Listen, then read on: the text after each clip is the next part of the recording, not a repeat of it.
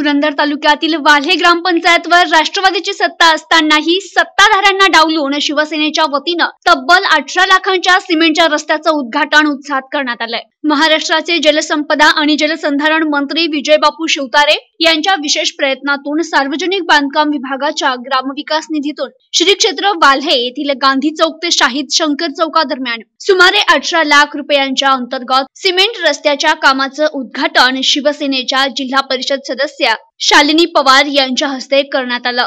या कार्यक्रमाला महिला वर्गासह व्यापारी तसेच शेकडो ग्रामस्थांनी आवर्जून हजेरी लावली असताना राष्ट्रवादीच्या सत्ताधारी गटानं मात्र निमंत्रणाअभावी याकडे पाठ फिरवली असल्याचं सुरुवातीला पाहायला मिळालं। आगामी काळात वाल्हे गावाचा चेहरा मोहरा बदलण्याचा हेतू समोर ठेवून शिवसेनेच्या वतीनं विविध विकासात्मक कामांना प्राधान्य दिलं जाणार असल्याचं चित्र स्पष्ट असल्यानं राष्ट्रवादीच्या सत्ताधारी गटानं मात्र दुसऱ्या दिवशी याच अंतर्गत सिमेंट रस्त्याच्या कामाचा नारळ फोडून नव्या वादाला तोंड फोडलंय। ते कायमच निधी देतात, कुठल्याही कामाला कुठलेही काम मागितलं तर कधी नाही म्हणत नाही।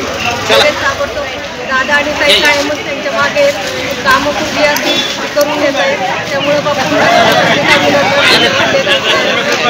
गावातला खूप वर्षाची अपेक्षा होती ती आत्ताशी पूर्ण झाली। रस्ता आहे त्याचं काम आज भूमिपूजन झालेलं आहे, तरी गावकऱ्यांनी आपलं हे काम कसं व्यवस्थित होईल हे बघावं। सगळ्यांनी त्याच्यात लक्ष देऊन कसं कामाचा दर्जा चांगला राहील हे बघावं आणि आपल्या गावाचा विकास आपण करून घ्यावा। आपल्याच हातात आहे आपल्या गावाचा विकास आपणच करणे।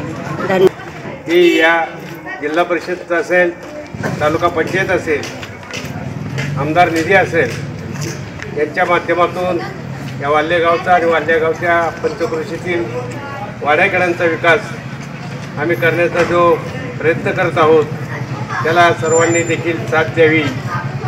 या गावाचा जो भागातला भाग आहे त्या भागामध्ये विकास कसा पूर्ण करता येईल हे आम्ही सर्व शिवसैनिक या ठिकाणी प्रयत्न करत असून या गाव प्रतिनिधी Sikandar नदाबसह cameraman Vijay Pawar, NTV news Marathi, Purandar, Pune.